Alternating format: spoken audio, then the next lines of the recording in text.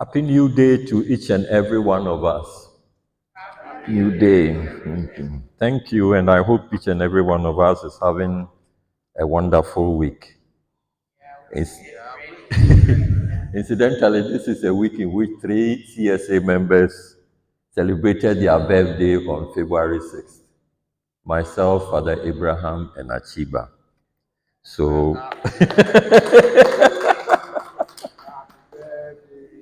me, happy birthday to us.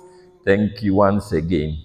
As I was preparing for this lesson sermon, I came across the February March 2012 Youth Truth Journal, and the topic chosen by Roy was how to choose and benefit from lifestyle routines and spiritual practices that are best for us. And as I went through it, I realized that this is something that each and every one of us needs. Maybe we've gone through the Truth Journal, but it is good to refresh our memory. It says, because everyone will eventually awaken to knowledge of their true nature, I recommend that spiritual enlightenment be the primary aim in life, and that we do all that we know to do to allow it to rapidly occur. In fact, if you go through all enlightenment material, it is said that seek and know who you are. That is, seek and know that you are a spiritual being. All religious, spiritual material point us in the direction of our true nature. Forget about God, but who are we? So Ramana Maharishi is talked about as the saint who talked so little of God, but showed so much of God, because it is practical, not theory. He says to continuously experience total well-being and progressive spiritual growth, it is best to choose routines of effective living and studies of higher realities that elicit rapid emergence of innate soul qualities and knowledge.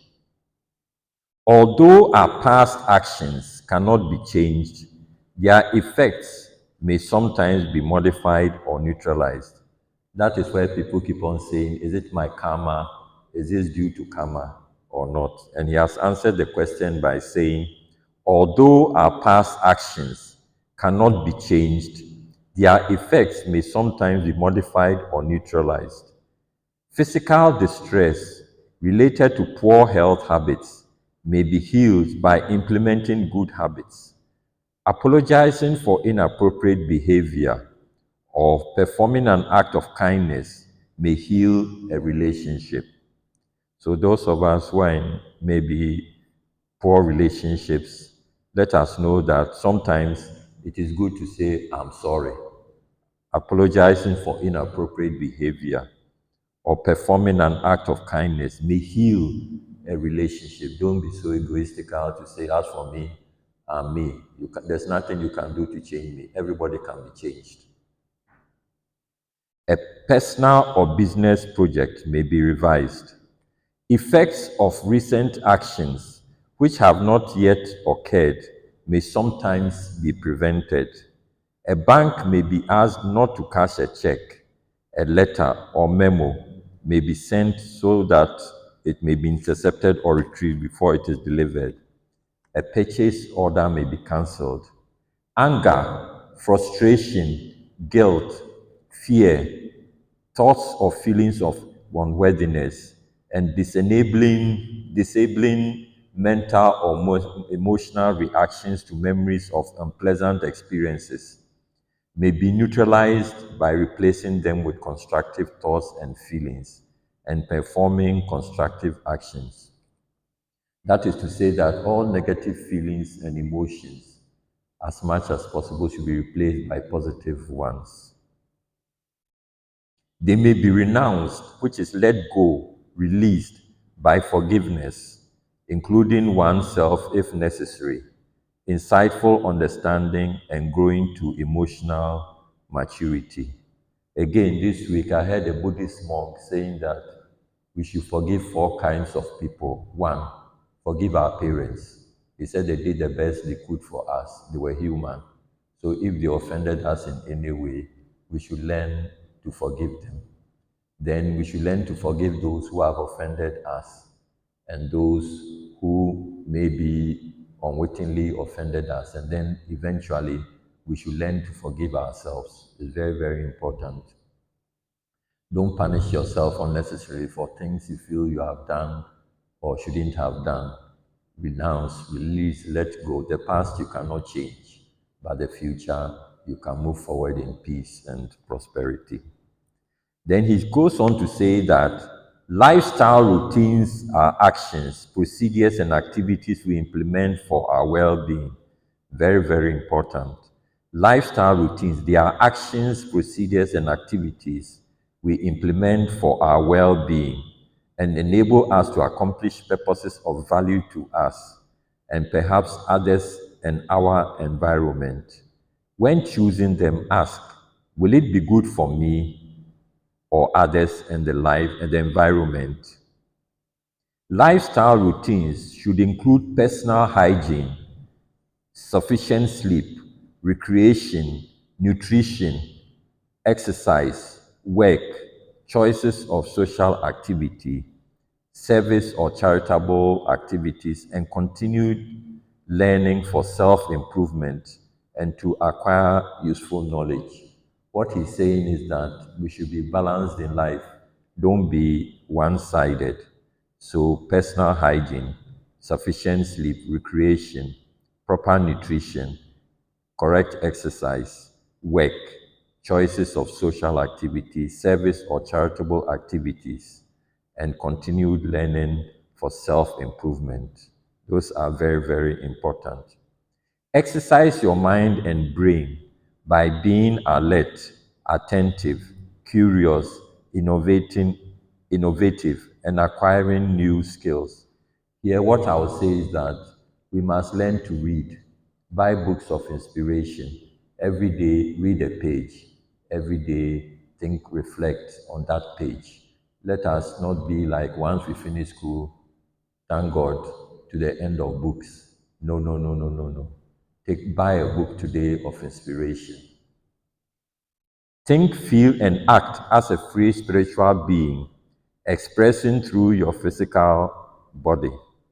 You will become more skillful, and living will be more enjoyable when your knowledge and skills are used creatively and productively. Learn to easily have desires fulfilled, needs satisfied, and a continuous stream of resources and supportive events, circumstances, and relationships for your comfort and security. Be honest in personal and business relationships.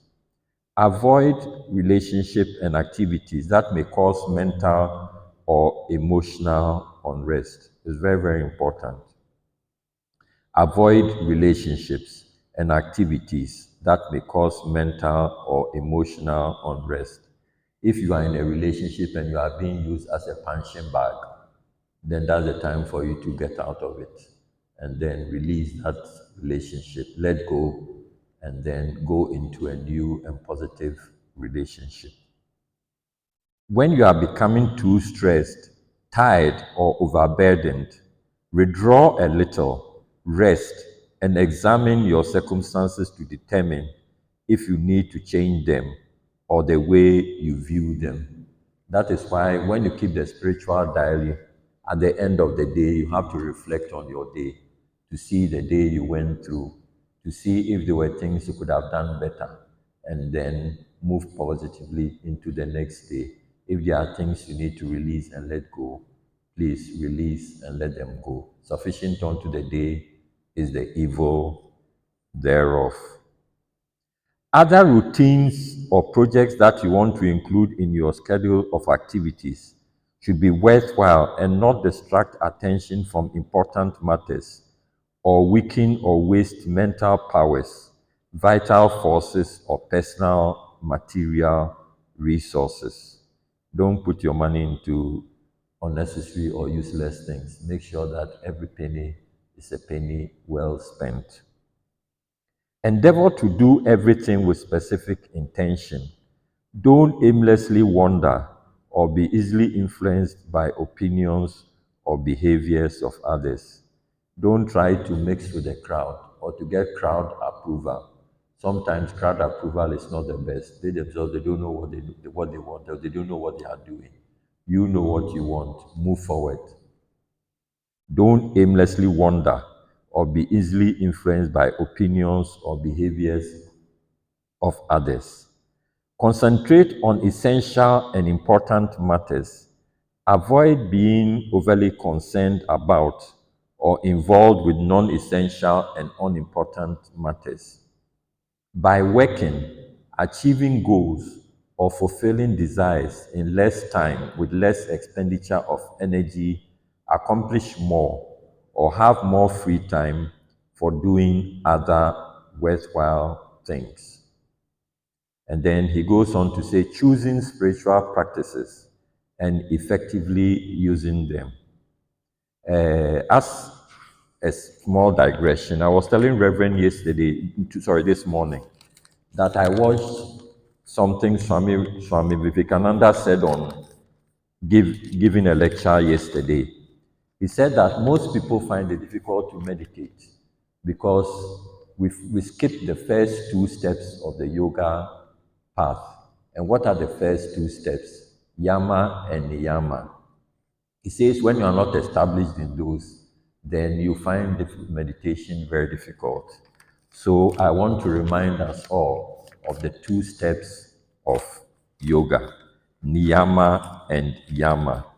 Yama is moral conduct, and the five yamas are: one, non-injury to others; two, truthfulness; three, non-stealing; four, continence, right use of available energy; and five, non-covetousness.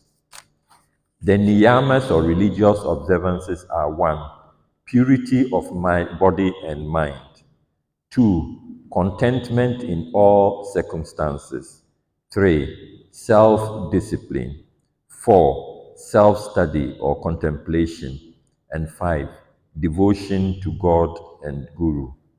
So those are the first two steps of the yogic path. Okay, so now we come to choosing spiritual practices and effectively using them. Effective spiritual practices. One, calm and purify the mind. Mental impressions, which are memories, enable us to know our history, think, and reason. Excessive mental stimulation and or confusion interferes with rational thinking and concentration. Excessive mental stimulation and or confusion interferes with rational thinking and concentration. When the mind is calm, thinking is more orderly and powers of discriminative intelligence and intuition improve. Number two, clarify awareness. Clarified awareness accurately reflects perception to the mind and allows knowledge of one's essence and of higher realities to emerge. Distorted awareness causes misperceptions or illusions. Awareness can be clarified by regular superconscious meditation and by being superconscious while engaged in ordinary activities. He says awareness can be clarified by regular superconscious meditation. I want to stress that in CSA, meditation is highly publicized or highly acclimatized. So anybody who still has, or anytime, whether you are advanced or not, you have problems with your meditation, please see any of the reverend ministers, Reverend Sasu, Reverend Antipis, Reverend Kwamitechi, Reverend Abraham, and myself. It is very important that our meditation goes on very well. Three, arouse dormant soul forces. Much of the soul force of people who are strongly attached to or preoccupied with egocentric and mundane matters is usually dormant. Mental confusion, worry, stress, purposeless activity, excessive talking and eating, lack of sleep, alcoholism, smoking, addictive behaviors, and unwholesome living conditions weaken and waste vital forces. Dormant soul forces are aroused by aspiration to be spiritually enlightened, wisdom directed, purposeful living, mental and emotional calmness, good health, good health habits, fresh air and natural light, meditation, devotional prayer, association with spiritually conscious people, and visits to places considered to be sacred or holy. I remember yesterday somebody put on a video in which Abdallah, Neville Goddard's spiritual master, was speaking on spiritual affairs. And he said he trained Neville Goddard for 5 years, not for one day, for 5 years before he really got the principle of creative imagination. So again, dormant soul forces are aroused by aspiration to be spiritually enlightened, wisdom directed purposeful living, mental and emotional calmness, good health habits, fresh air and natural light, meditation, devotional prayer, association with spiritually conscious people, and visits to places considered to be sacred or holy. It's not done in one day, but continuously, each and every day. Let us strive to be better people. Remember, it took Neville Goddard 5 years. Maybe it may take us 10, 15 years, but one step at a time, and let us continue with the steps. Number four, refine the nervous system and improve the brain's capacity to accommodate refined states of consciousness. Specific meditation routines can refine the nervous system. Regions of the brain that process refined states of consciousness are more highly developed by meditative concentration and the constructive influences of superconsciousness. Number five, allow our innate qualities, powers, and knowledge of our essence of being and higher realities to emerge. As units of the pure conscious aspect of ultimate reality, what is true of it is true of us.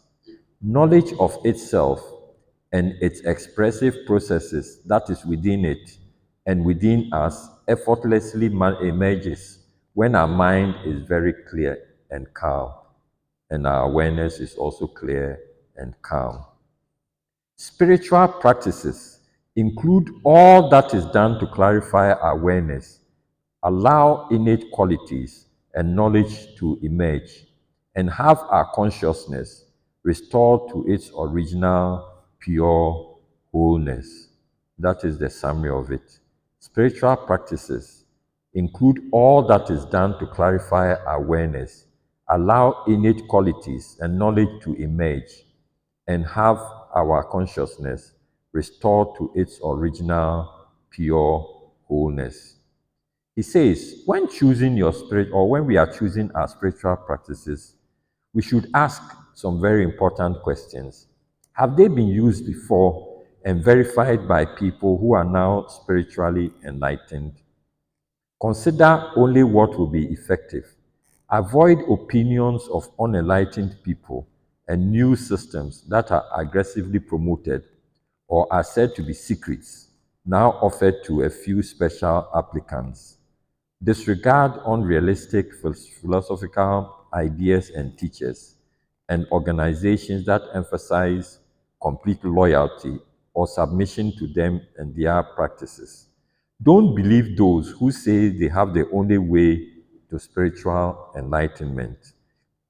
Their teachings are a special dispensation that is a unique revealed system of guidance for human affairs, or what you want to be dependent, or want you to be a dependent believer of their doctrines, rather than to know the truth that can be revealed from within you. Acquire reliable metaphysical knowledge to be well informed. Use your common sense intellect, and intuition to know the truth about what you see or hear. Rational thinking can enable you to make practical choices. Intellectual discernment can enable you to more accurately determine what is true. Intuition, which is direct perception of the independent of the senses, mind, or intellect, is a direct way to know about something. Self-revealed knowledge is flawless. So when you come back to CSA Ghana or CSA Africa is not teaching anything that CSA America or Yogananda didn't teach. It is the same teaching. And the Kriya Yoga initiation is the same Kriya Yoga initiation that Babaji gave to Lahiri Mahasaya and which has been passed down to us. Nothing has changed. Reverend has not invented a new form of Kriya Yoga. What he was taught by Roy is what he's teaching us today. Are they compatible with my psychological? The next question is, are the practices which I want to do, are they compatible with my psychological temperament and capacity to practice them? Forms of prayer, meditation, mantra, affirmation, lifestyle regimens, and other practices should be easy to learn, pleasant to use, and produce satisfying, beneficial results. If you are inclined to be very devotional, avoid excessive emotionalism and improve your powers of intellectual discernment and intuition. If you are inclined to be egocentric, be willing to discard and outgrow that small mistaken sense of self identity. If you are inclined to be lazy, inattentive, or confused, learn to act with intention. Be alert and think calmly and rationally.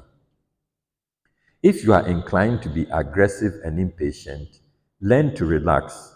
Cultivate patience and nurture self contentment, peace of mind, and emotional stability in all circumstances. The next question to ask yourself before applying spiritual practices: do I know how to apply them, and will I diligently do it? Learn why the methods you are investigating or have chosen are recommended and how to apply them. If you know someone who has effectively used them, ask to be taught how to use them. When you are sufficiently informed, establish a regular routine of alert, dedicated practice. A spiritual path is one of aloneness in the infinite. Even if you have friends who share your ideals, use meaningful spiritual growth experiences. Useful spiritual growth experiences will be very useful to you. Persist in the right way until you have the results you want to have. Again, the question, what I said earlier, if you have any difficulty, that is when I give truth journals to people. I said, if you read anything and you do not understand, we are here. Come back and ask us. Maybe there is something you do not understand, and we will explain it to you so that you can practice your spiritual thing in the right direction. Support intentional spiritual practices with a wisely chosen holistic, that is, emphasis on the whole and independence of its past lifestyle. Support intentional spiritual practices with a wisely chosen holistic lifestyle. Your spiritual growth will be much faster when everything you think, feel, act, and privately do supports your aspiration to be spiritually awake. Endeavor to have all conflicts resolved, problems solved, ideal conditions easily maintained, and to harmoniously integrate the spiritual, emotional, mental, physical, and environmental aspects of your life. Remember, it is not a one-day thing, but persevere on the spiritual path. That is why we have been on for so many years. If you ask around, most of us have been with CSA over 20 years, 30 years. The reason is that it is not a one-day thing. So I want to encourage those who are new on the path. It's not a one-day thing. endeavor to have conflicts resolved, problems solved, ideal conditions easily maintained, and to harmoniously integrate the spiritual, emotional, mental, physical, and environmental aspects of your life, one step at a time. The last thing says, external influences need not determine your decisions and actions. Very, very important. External influences do not need to determine your decisions and your actions. You yourself should be able and can choose thoughts, behaviors, and responses to events and situations that will enable you to avoid misfortune while you are continuously having life enhancing experiences. The most important influential decision you can make is to be completely dedicated to doing what you know to be for your highest good, which is to be fully spiritually awake. I repeat that. The most important influential decision that you can make is to be completely dedicated to doing what you know to be for your highest good, that is to be fully spiritually awake. Okay, we end with an affirmation. So I'll say it and then we'll repeat it after me. I'll say it first. I'm completely dedicated to doing everything I know to be for my highest good. Okay, so now let us sit in a meditative posture and repeat. I am completely dedicated to doing everything I know to be for my highest good. Again, I am completely dedicated to doing everything I know to be for my highest good. And for the last time, I am completely dedicated to doing everything I know for my highest good. Thank you very much for your attention.